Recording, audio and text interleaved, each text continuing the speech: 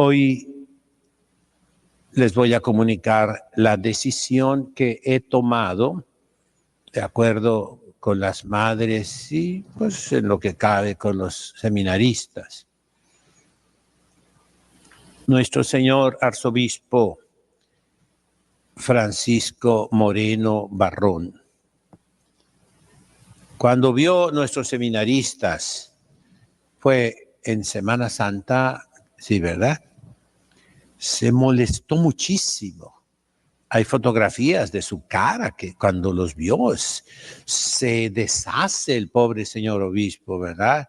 A mí me duele mucho porque el seminario fue fundado en tiempos de su predecesor, de Monseñor Rafael Romo Muñoz, que entonces era obispo, todavía no lo hacían arzobispo.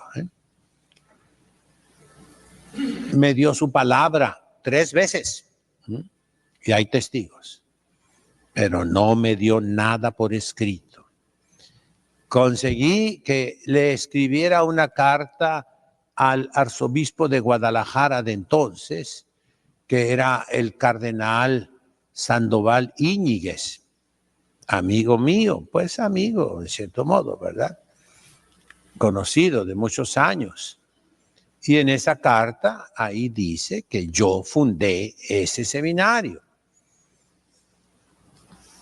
Bueno, el señor arzobispo me llamó a mí y fui acompañado de la madre superiora y de la madre vicaria en la curia diocesana.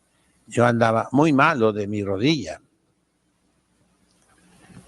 Y entonces permitió que entraran las 2 superioras.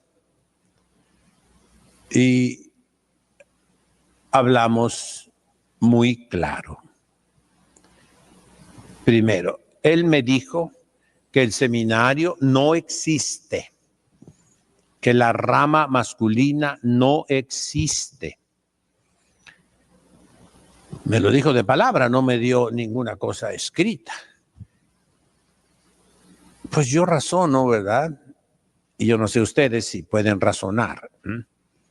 Si el anterior arzobispo dijo que sí existe y no me dio ningún papel, como también para esta parroquia personal que admitió el señor arzobispo, me mandó al vicario general, al padre Juanito, en aquellos tiempos. Yo le dije, es una parroquia personal para las personas que quieren la misa antigua. Y él andaba diciendo, ¿de qué cuadra, padre? Eso es personal, el derecho canónico, ¿verdad? Fue mi alumno, yo lo comprendo, ¿verdad? Pero pues me da mucha tristeza. Entonces, el primer argumento que yo tengo para la decisión que tomé es que si no respeta la palabra de su antecesor, que fundó el seminario, pues también su propia palabra de él, que cancela el seminario, no tiene ningún valor. Primero, ahí hablamos pues de la congregación, que fue fundada con la aprobación de Roma. Monseñor Emilio Carlos Verlier Belaunzarán hacía muchos viajes a Roma, ¿verdad?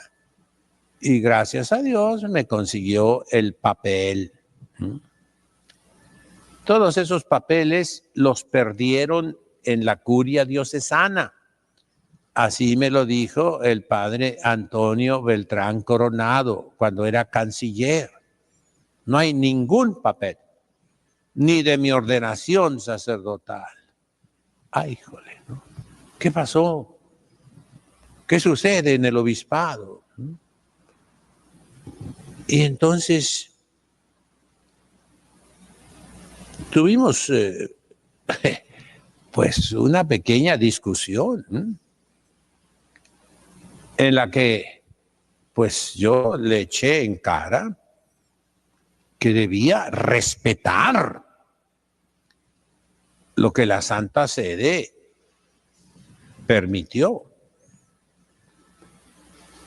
Y la Madre Superiora también le dijo,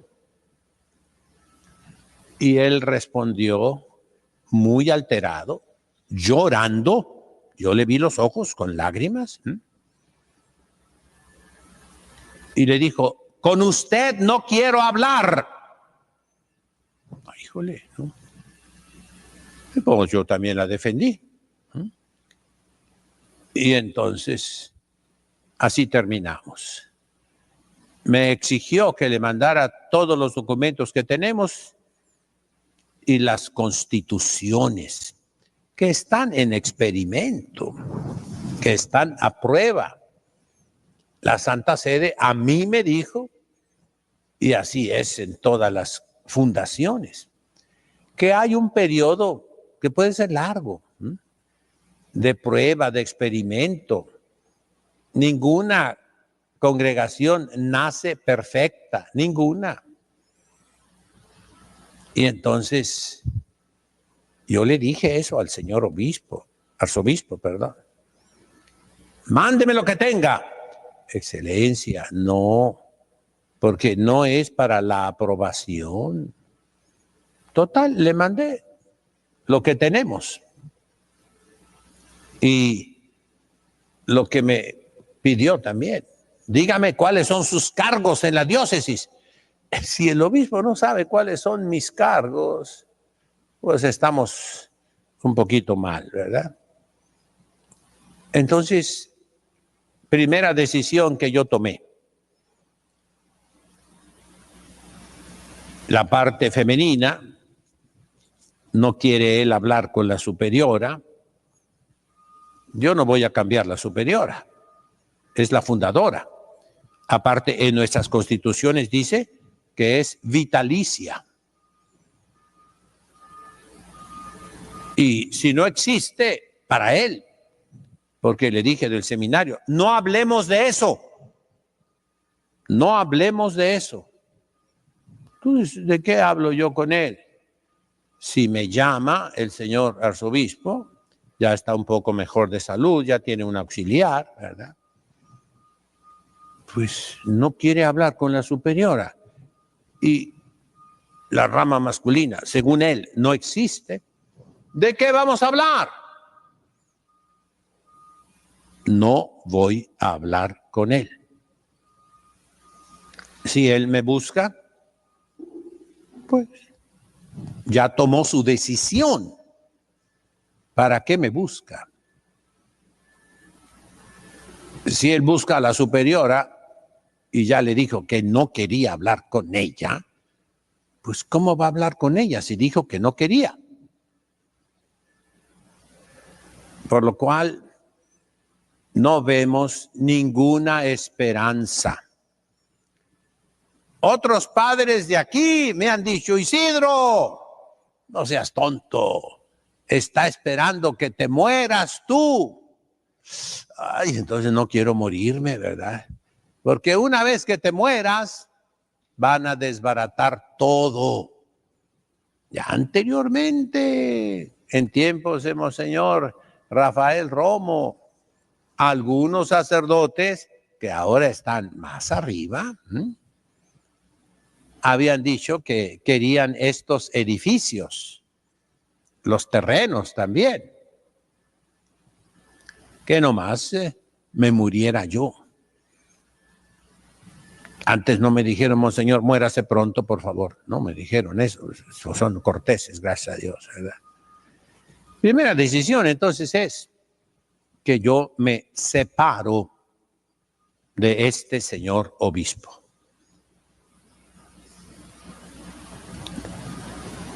Busqué por todas partes y encontré una fraternidad sacerdotal, la más antigua en México, que se remonta a un arzobispo que yo conocí personalmente en Roma, hermano del presidente de Vietnam del Sur, Monseñor Tuc.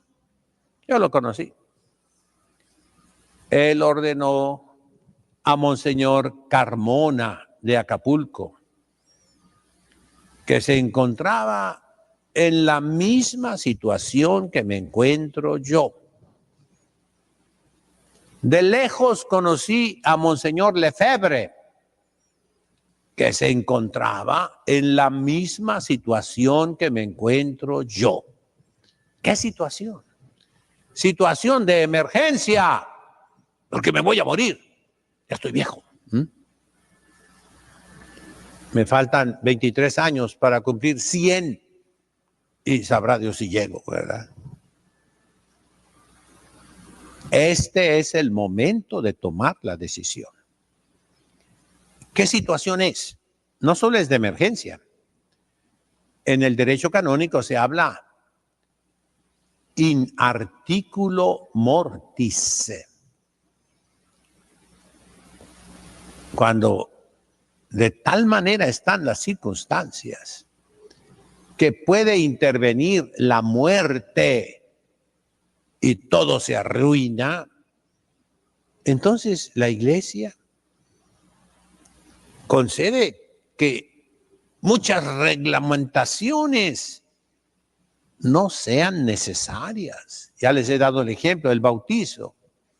Un niño se está muriendo, hay que bautizarlo. No hay que esperar que venga el padre o un diácono o un ministro, quién sabe qué. No, hijo, cualquier persona, hombre, mujer, católico o no católico, lo puede bautizar con tal que tenga la intención de hacer lo que hace la Iglesia. Y la materia y la forma, agua, yo te bautizo en nombre del Padre, del Hijo, del Espíritu Santo. Y ya está. En el caso del matrimonio, igual. Si por 6 meses, eso está aún en el derecho canónico nuevo de Juan Pablo II. Si por 6 meses no hay sacerdote, recordemos que los ministros del santo matrimonio son el esposo y la esposa.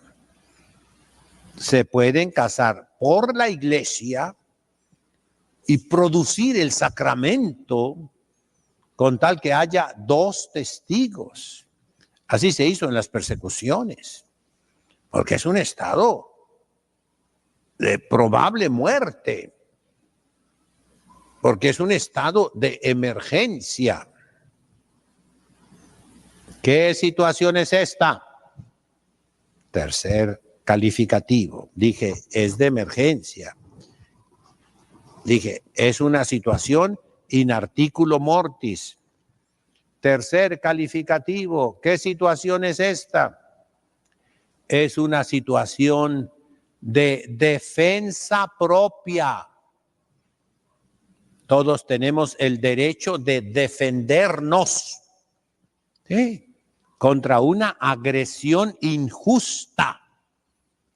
Y eso es lo que el señor arzobispo Francisco Moreno Barrón está haciendo contra nosotros. No quiere que haya seminario como yo lo quiero y tengo el derecho por ser el fundador, siempre y cuando no vaya contra las leyes de la Iglesia. Los seminaristas pueden traer sotana, claro que sí. Su banda azul, claro que sí. Son tradicionales. Es en serio. Y entonces, dadas esas 3 circunstancias de emergencia, de vida o muerte, de defensa propia, yo he hablado después de mucha oración, de mucho consejo de personas sabias, de mucho estudio del derecho canónico, después de bastante tiempo, marzo, abril, mayo, junio, julio, agosto, septiembre, 7 meses. Y he tomado, como les avisé el domingo pasado, la decisión de unirnos a esa fraternidad sacerdotal, la más antigua de México. Monseñor Carmona ordenó a Monseñor Pivarunas en Estados Unidos. Monseñor Pivarunas ordenó a Monseñor Martín Dávalos, que es el actual obispo en esa fraternidad. Como en la fraternidad de Monseñor Lefebvre de San Pío X, hay obispos y hay un superior. El actual superior de la fraternidad de San Pío X no es obispo, pero es el superior. Y los 4 obispos que ordenó Monseñor Lefebvre ya están viejos. Y ya se ha hablado oficialmente que van a consagrar más obispos. Ellos piden la licencia a Roma y automáticamente les dicen que no. Yo vi en la Basílica de Guadalupe, en México, cómo desprecian a esos sacerdotes de San Pío X. Me dio lástima, porque traen sotana y ya los conocen. Los ven como apestados. Y eso yo lo he vivido en carne propia. Desde 1976 que llegué aquí, llegué sin sotana, por miedo al obispo de entonces, que andaba en corbata, nunca se puso la sotana. Monseñor Juan José Posadas y Ocampo, que murió mártir, yo creo que sí fue mártir, y con eso Dios le perdona todo. Pero que tronó esta diócesis, que iba bastante bien. Yo seguí sin sotana hasta un día en que me envalentoné y me puse la sotana. Se me vino el mundo encima, no por los masones, no por la policía, no por el ejército, no por el gobierno, no, por mis hermanos sacerdotes y mis superiores. Y desde entonces, mis hermanos, cuánto desprecio, cuánto aislamiento, la muerte civil, así se dice, aunque aquí es muerte eclesiástica, que siempre me han hecho a un lado en todo. Recuerdo aún el obispo Rafael Romo Muñoz, en una comida, buscaban a alguien que pudiera hablar de bioética. Y yo era el especialista que he estado traduciéndoles a los obispos norteamericanos, filipinos, canadienses, mexicanos, materias de bioética por años y años y años, ¿no? Y no, a un lado, a un lado, a un lado. Ya últimamente, para mí era un sufrimiento enorme andar yo con sotana, como deben andar todos los sacerdotes y obispos. Y yo era el perro apestado, yo era el leproso. Y mis monjitas, porque traen el hábito como deben traerlo las religiosas, con velo largo, hechas a un lado, criticadas, despreciadas. Esta semana pasada, en el aeropuerto, la Madre Superiora se encontró con una monjita de aquí, y esa monjita al verla hizo un gesto de horror, de terror, de espanto, como si hubiera visto al demonio. Usted es el demonio, Madre Superiora, ¿eh? Ándele. Ay, Dios mío, ¿eh? Y en las juntas, pues para que ya no sufran, ni el señor obispo, perdone, pues los sacerdotes de esta diócesis, yo me separo. Ya he jurado obediencia y reverencia al nuevo obispo. ¿Qué me espera? Pues no sé. Cuando se dé cuenta el señor arzobispo, yo no creo que me busque para remediar la situación, ni esperanzas, para suspenderme,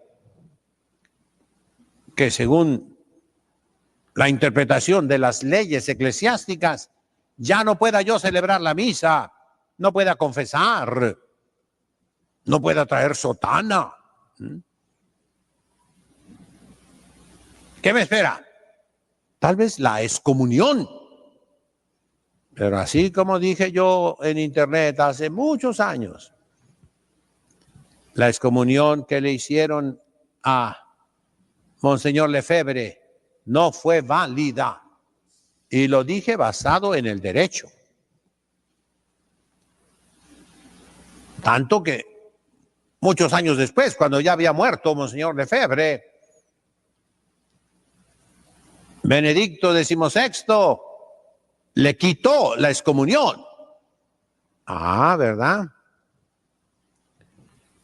Pobre iglesia, mis hermanos. Los pastores no corrigen, no dirigen, no son pastores. La herejía anda por todas partes y no la combaten. La homosexualidad entre los sacerdotes por todas partes, que termina casi siempre en asesinatos, no la corrigen, la aplauden y buscan a esas pobres criaturas, sacerdotes con ese problemón terrible para los mejores, en toda la iglesia, para los mejores puestos, comenzando en el Vaticano. Lo dijo la madre malcriada, la madre Caram, que es argentina, ¿verdad? Ella dijo, el Papa ha puesto un homosexual en un puesto grandísimo. Yo no digo el nombre, pero todos lo sabemos. ¿Qué escándalos ha dado? Y los hacen cardenales. ¿Qué me espera a mí? Pues una vida, los últimos años que me queden, y a mis religiosas y a mis seminaristas, una vida de lucha, de combate, como la que yo he llevado todos los años de mi sacerdocio. Desde el seminario, yo era el único que guardaba silencio, el único que traía sotana, el único, aún en Roma, que asistía a misa, éramos dos. Irineo Cuyur vive todavía, está en India, y yo. Todos los demás no iban a misa. Ya les he dicho, cuando yo ya me iba a venir a Roma, éramos 14 compañeros, ninguno llegó a ser sacerdote. Y para estudiar, con este codo sostenía el cuaderno, con esta mano me detenían los lentes porque me los quitaban, agarraba la pluma fuerte y con este antebrazo sostenía el libro. ¿Cómo me costó cumplir ante las burlas, ante las molestias? Pero perseveré y aquí estoy. Ahora siento que es mi deber resistir contra los que están destruyendo la iglesia, que ya la han destruido. Y entonces, a todos ustedes que me están oyendo y viendo, les comunico mi decisión. Jesucristo, después de haber hablado, capítulo 6 de San Juan, sobre la Santísima Eucaristía, que es su cuerpo, su sangre, vio que se retiraron muchos y no cambió su doctrina.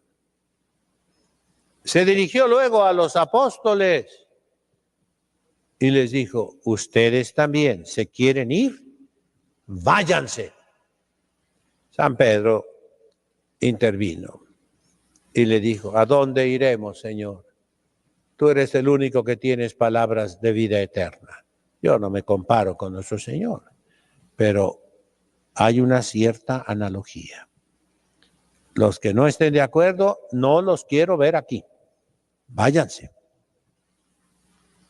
Sobran sacerdotes que les van a dar por su lado. Para mí comienza un calvario durísimo. Para mis religiosas también. Para mis seminaristas también. Pero voy a continuar por el camino tradicional de la iglesia. Y esa sociedad sacerdotal Trento tomó de Monseñor Carmona el espíritu del padre Joaquín Sáenz Arriaga, de la señorita Gloria Riestra, que vive todavía, tiene 98 años. De esos católicos que se opusieron a Pablo VI en todo ese desastre litúrgico y dogmático.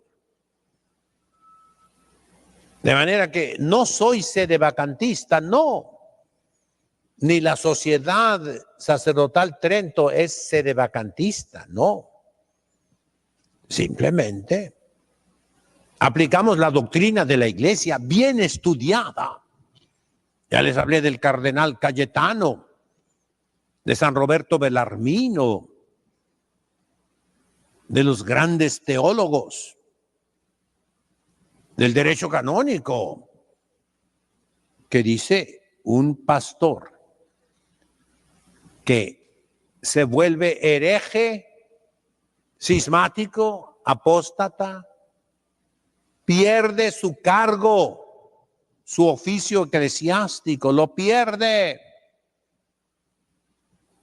y se vuelve un impostor, un usurpador, o en un término que lastima menos, es un pastor aparente, putativo, decimos, como San José. Todo el mundo creía que él era el papá de Cristo, ¿sí o no? Pero no lo era. Esto nos obliga a ser más santos. ¿Oyeron, religiosas? ¿Oyeron, seminaristas que me están escuchando allá en la sierra? Más oración, más sacrificio, más disciplina, más rapidez, más estudio profundo. El copto saídico, el copto boárico, el copto fayúmico, el copto acmímico, el fenicio, el cartaginés, el ugarítico, el hebreo, el arameo, el siriaco, el caldeo, para profundizar más nuestra fe católica, para ayudar un día a la iglesia cuando pase toda esta revolución que inició Juan XXIII, Pablo VI, Juan Pablo II, Benedicto y ahora Francisco. Esto va a pasar. Dentro de 60 años nadie va a recordar el Concilio Ecuménico Vaticano II, que no es concilio ecuménico, y lo he demostrado por declaración expresa de Juan XXIII y de Pablo VI. No es magisterio extraordinario, es magisterio ordinario. No es concilio dogmático, no define dogmas. La colegialidad es un término no jurídico por mandato de Pablo VI. Es un término metafórico, analógico, como quieran llamarle, pero no es un término jurídico. No vale. Entonces, mis hermanos, a todos los que me han querido, a mí y a mis monjitas y a mis seminaristas, ¿qué les pido? Que nos apoyen, que vean la responsabilidad tan grande que tienen ustedes de cruzarse de brazos ante los malos pastores que destruyen la iglesia. El que mi obispo no quiera a mis religiosas tradicionales es destruir la iglesia. El que mi obispo no quiera que haya un seminario tradicional para formar sacerdotes como yo, no solo tradicionales, como yo a veces con amabilidad o a veces no tanto, le sugerí a la fraternidad de San Pedro, que está aquí en San Diego, a la fraternidad de San Pío X, que estudien más. Así nosotros estamos obligados a hacer de estudio profundo, serio, para salvar la iglesia. Pidan por mí. Y si no están de acuerdo conmigo, aléjense. En nombre del Padre, del Hijo, del Espíritu Santo.